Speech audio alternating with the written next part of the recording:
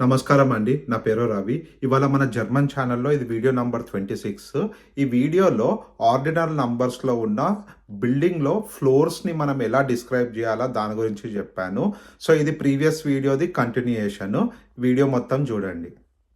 ఇప్పుడు మనము floors of a building నేర్చుకుందాము. ఇది A1లో ఒక మంచి ఇంపార్టెంట్ టాపిక్. ఎగ్జామ్‌లో దీంట్లో కొన్ని క్వెషన్స్ వచ్చే అవకాశాలున్నాయి.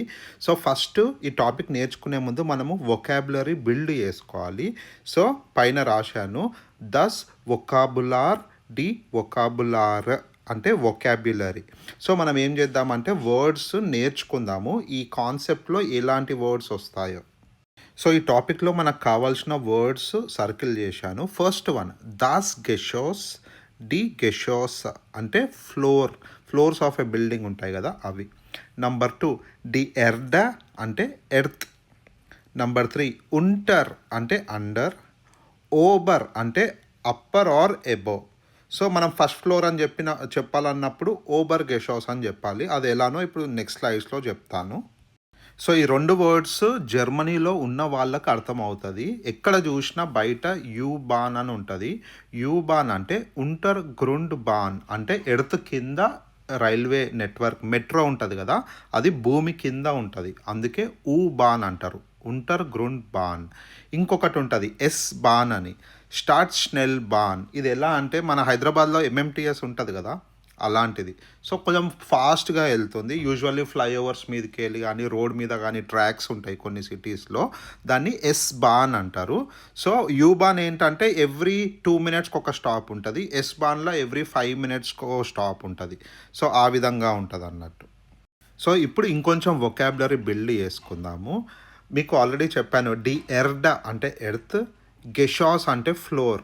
సో, గ్రౌండ్ ఫ్లోర్ అని చెప్పాలనుకున్నారనుకోండి జర్మన్ భాషలో ఎర్డ్ గెషాస్ అంటారు.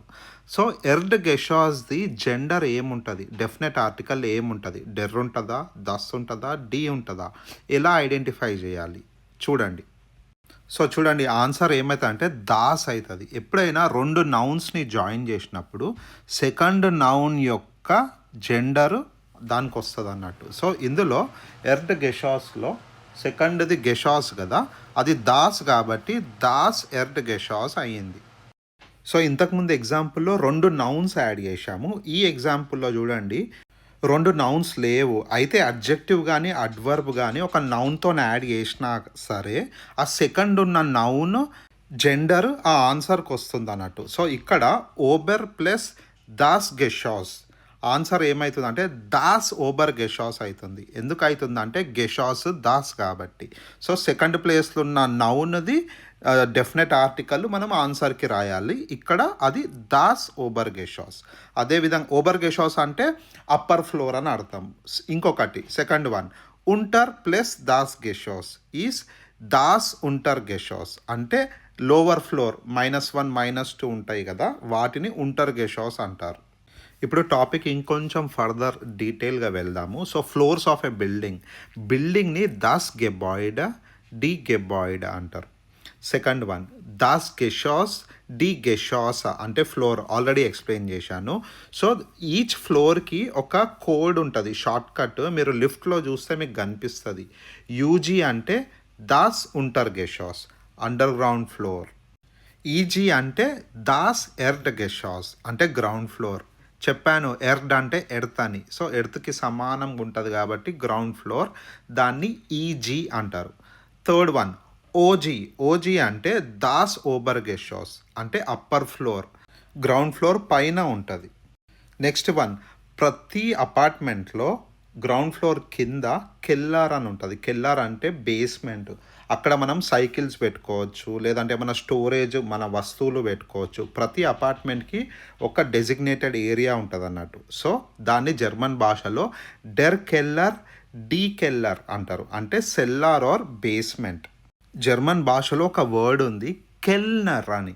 సో, చాలా సార్లు కన్‌ఫ్యూజన్ వస్తది. కెల్లార్, కెల్నర్‌కి. సో, డెర్ కెల్నర్, డి కెల్నరిన్ అంటే వెయిటర్ అని అర్థం. సో, కన్‌ఫ్యూజ్ కాకండి. డెర్ కెల్లార్ అంటే సెల్లార్ లేదా బేస్మెంట్. డెర్ కెల్నర్ అంటే వెయిటర్. నెక్స్ట్ వన్ సర్కిల్‌లో ఏశాను. డి వోనుంగ్, డి వోనుంగెన్ అంటే అపార్ట్మెంట్. ఇది అందరికీ తెలుసు, కానీ ఈ టాపిక్ రిలవెంట్ కాబట్టి మళ్ళీ రాశాను. డి వోనుంగ్ అంటే అపార్ట్మెంట్. ఇంగ్లీష్ భాషలో ఫ్లోర్ అని ఒక్కటే వర్డ్ ఉంది, కానీ జర్మన్ భాషలో ఫ్లోర్కి 3 వర్డ్స్ ఉన్నాయి. ఈ 3 కూడా నేర్చుకోవాలి. ఎగ్జామ్లో ఏది అడుగుతారో మనకు తెలియదు. సో ఫస్ట్ వన్ డెర్ స్టాక్, డి స్టాక్ అంటే floor of a building. Number 2 దాస్ స్టాక్ వెర్క్, డి స్టాక్ వెర్క, ఇది కూడా ఫ్లోర్. నంబర్ 3 డి ఎటాజా, డి ఎటాజన్. సో ఈ 3 కూడా నేర్చుకోవాలి. సో ఈ 3 వర్డ్స్ ఆల్రెడీ డిస్కస్ చేశాము. దాస్ ఉంటర్ గెషాస్, షార్ట్కట్లో యూజీ అని ఉంటుంది. దాస్ ఎర్డ్ గెషాస్ అంటే ఈజీ. దాస్ ఓబర్ గెషాస్ ఓజీ, ఇది మీరు లిఫ్ట్లో చూస్తారు.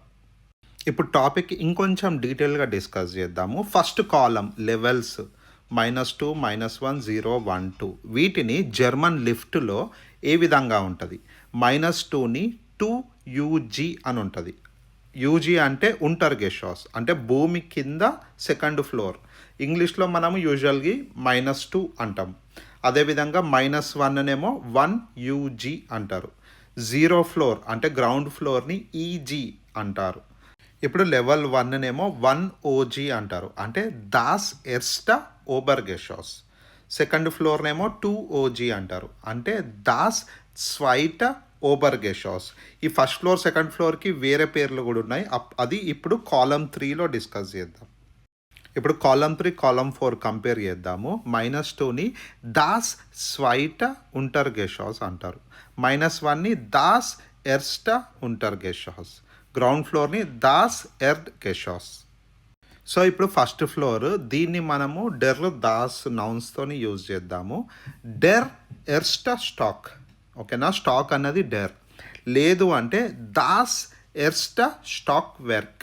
ఇప్పుడు సెకండ్ ఫ్లోర్ డెర్ స్వైట స్టాక్, లేదంటే దాస్ స్వైట స్టాక్ వెర్క్. ఈ వొకాబులరీ మనం ప్రీవియస్ స్లైడ్స్లో నేర్చుకున్నాము. సో ఇప్పటి వరకు మనం నేర్చుకున్న వర్డ్స్ సెంటెన్స్లో పెడదాము. సో ఇప్పుడు నేను గ్రౌండ్ ఫ్లోర్తో ఒక సెంటెన్స్ చేస్తున్నాను. నేను గ్రౌండ్ ఫ్లోర్లో ఉన్నాను అనుకోండి, ఇలా చెప్పాలి: ఇష్ వోన ఇమ్ ఎర్డ్ గెషాస్. సో ఇమ్ ఎందుకు వచ్చిందో మీకు ప్రీవియస్ వీడియోస్లో చెప్పాను. ఇప్పుడు ఫస్ట్ ఫ్లోర్ అనుకోండి, ఇష్ వోన ఇమ్ ఎర్స్టెన్ స్టాక్. చూడండి, ఇక్కడ ఎర్స్టెన్ ఎండింగ్లో ఈ అని వచ్చింది, గ్రీన్ లైన్ కలర్తో అండర్లైన్ చేశాను. ఇది డాటివ్ కాన్సెప్ట్, ఫ్యూచర్లో చెప్తాను, ప్రస్తుతానికి జస్ట్ గుర్తుపెట్టుకోండి. ఇమ్ ఎర్స్టెన్ స్టాక్. ఇప్పుడు స్టాక్ వెర్క్ అన్న వర్డ్ యూజ్ చేద్దాం. ఇష్ వోన ఇమ్ ఎర్స్టెన్ స్టాక్ వెర్క్. ఇప్పుడు సెకండ్ ఫ్లోర్ ఇష్ వోన ఇమ్ స్వైటెన్ స్టాక్, లేదంటే ఇష్ వోన ఇమ్ స్వైటెన్ స్టాక్ వెర్క్.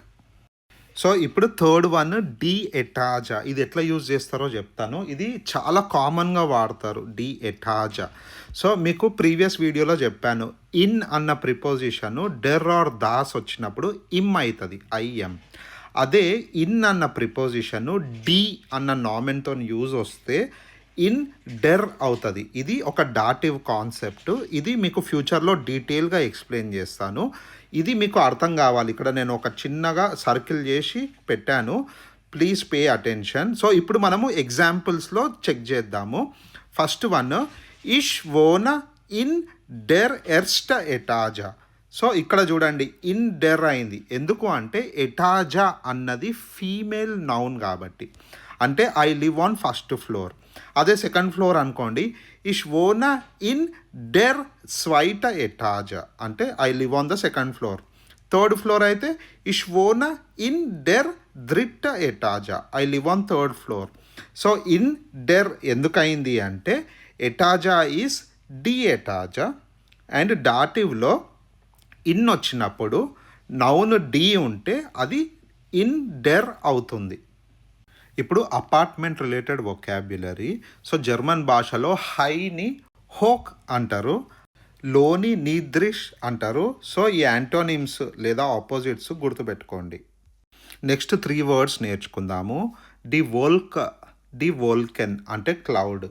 నంబర్ 2 డెర్ క్రాట్సర్, డి క్రాట్సర్ అంటే స్క్రేపర్. నంబర్ 3 దాస్ డాక్, డి డెషర్ అంటే రూఫ్. ఇక్కడ జర్మనీలో ఇల్లులకి రూఫ్ ఇక్కడ ట్రయాంగిల్ వేసాను కదా, దాంట్లో కూడా కొన్నిసార్లు అపార్ట్మెంట్ ఉంటుంది అన్నట్టు. సో మనం ఇల్లు లెంకేటప్పుడు డాక్ ఓనుంగ్ అని ఉంటుంది. సో చూసి అర్థం చేసుకోవాలి. ఓకే, డాక్ ఓనుంగ్ అంటే పైన ఉంటుంది, కొంచెం చలి ఎక్కువ ఉంటుంది, దాన్ని బట్టి డిసిషన్ తీసుకోవాలా, రెంట్కి తీసుకోవాలా లేదా. సో పైనున్న వర్డ్స్ మీకు అర్థమవుతాయి, ఈ 3 వర్డ్స్ ఈజీగా అర్థమవుతాయి.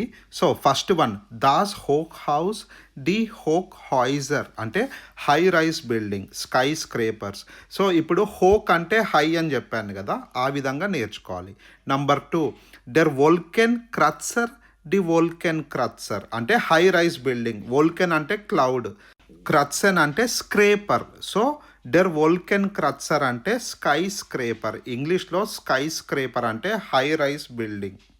ఇక థర్డ్ వన్, దాస్ డాగ్ గెషోస్ డి డాగ్ గెషోస్ అంటే టాప్ ఫ్లోర్. సో మనం ఇల్లు రెంట్కి తీసుకునేటప్పుడు డిస్క్రిప్షన్లో రాస్తారు. సో దానికోసమని ఈ వొకాబులరీ నేర్పిస్తున్నా. సో ఈ వీడియో మీకు అర్థమైందని అనుకుంటున్నాను. దీంతోని ordinal numbers, cardinal numbers concept అయిపోయింది. ఇది A1 A2లో ఉన్న వాళ్ళకు ఈ వీడియో మీద మంచి అవగాహన ఉంటే మీకు ఈజీగా మార్క్స్ వస్తాయి. సో మీకు ఏమైనా కమెంట్స్ ఉంటే తప్పకుండా రాయండి. Thanks for watching. వీడియో నచ్చితే తప్పకుండా లైక్ చేయండి.